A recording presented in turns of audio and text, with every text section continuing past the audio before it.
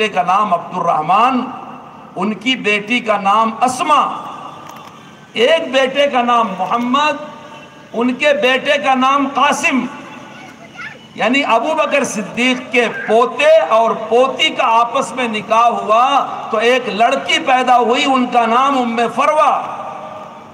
اس ام فروہ کا نکاح ہوا محمد الباقر سے، اور ان کے پیٹ سے پیدا ہوئے جعفر الصادق۔ ان کو صادق اس لیے کہا جاتا ہے کہ ان کو صدیق سے دوہری نسبت ہے، اور ان کو شیعہ کتابوں میں عمود الشرف لکھا ہوا ہے کہ ایک انسان کو جتنی شرافت مل سکتی ہے ان کے اندر سب کے سب شامل ہے۔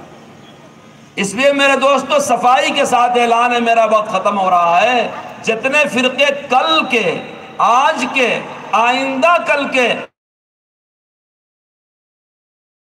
جائیں گے، گمراہ سمجھنے میں صحابہ معیار ہیں،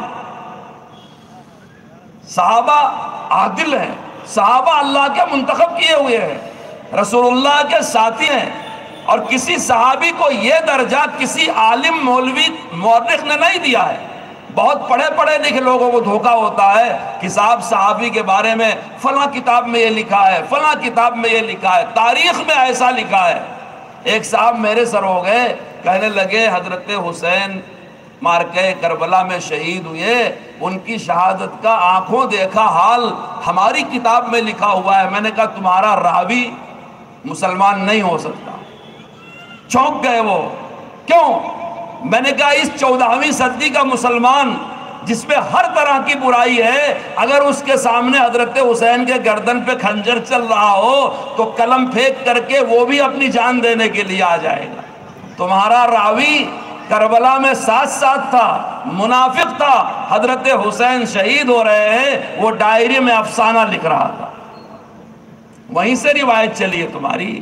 اس لیے میرے دوستو اسلام دشمن طاقتوں نے پوری سازش کے ساتھ اور چالاکی مکاری کے ساتھ اہل سنت والجماعت کو صحابہ سے بدگمان کرنے، الگ کرنے، ان پر اعتراض کرنے کے کام میں لگا کر کے ہم سے دنیا آخرت کی خیر چھیننا چاہتے۔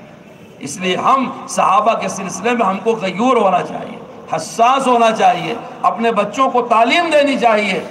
کوئی حدیث اس وقت تک حدیث نہیں بنتی، یاد رکھو، جب تک اس میں صحابی کا نام نہیں آتا۔ تابعی رسول اللہ سے نہیں سنتا، بیچ میں صحابی ہوتا۔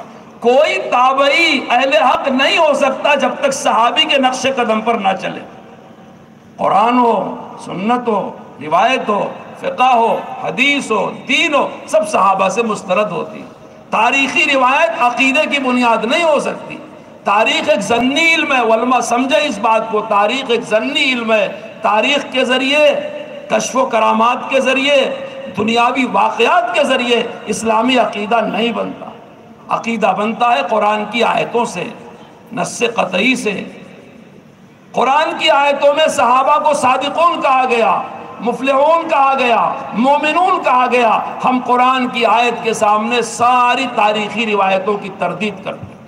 تاریخ میں 100 طرح سے غلطی ہو سکتی ہے، قرآن کی آیت غلط نہیں ہو سکتی۔ صحابہ کے بارے میں جو عقیدہ میں بتا رہا ہوں کہ ان کو آپ سمجھیے، ہر صحابی رسول معیار حق ہے، ہر صحابی رسول جنتی ہے، ہر صحابی رسول کے بارے میں یقین رکھنا ہمارا فرض ہے کہ وہ سچا ہے اور رسول اللہ صلی اللہ علیہ وسلم کے دین کا ایک حصہ ہے، بخشایا ہے۔ یہ یقین بناؤ اور اپنے بچوں کو یہ یقین سکھاؤ۔ میں پھر اخیر میں عرض کرتا ہوں، ممبئی کے علماء کو مبارکباد دیتا ہوں کہ انہوں نے ایسے جلسے منعقد کر کے ہم کو بیدار کرنے کی کوشش کیا ہے۔ یہ سلسلہ جاری رہنا چاہیے تاکہ مسلمانوں کے عقائد کی حفاظت ہو، دینی فکروں کی حفاظت ہو، ان کے اعمال کی حفاظت ہو۔ اللہ ہماری علماء کرام سے اس وابستگی کو قبول فرمائے، اس جلسے کو قبول فرمائے، اس میں تعاون کرنے والے اور خدمت کرنے والوں کو قبول فرمائے۔ میرے کہنے سننے میں کچھ کمی کوتاہی، گستاخی، بے ادبی ہوئی، اللہ تعالیٰ معاف فرمائے، اس کے شر سے ہم سب کی حفاظت فرمائے، ہم سب کی اصلاح فرمائے، آمین۔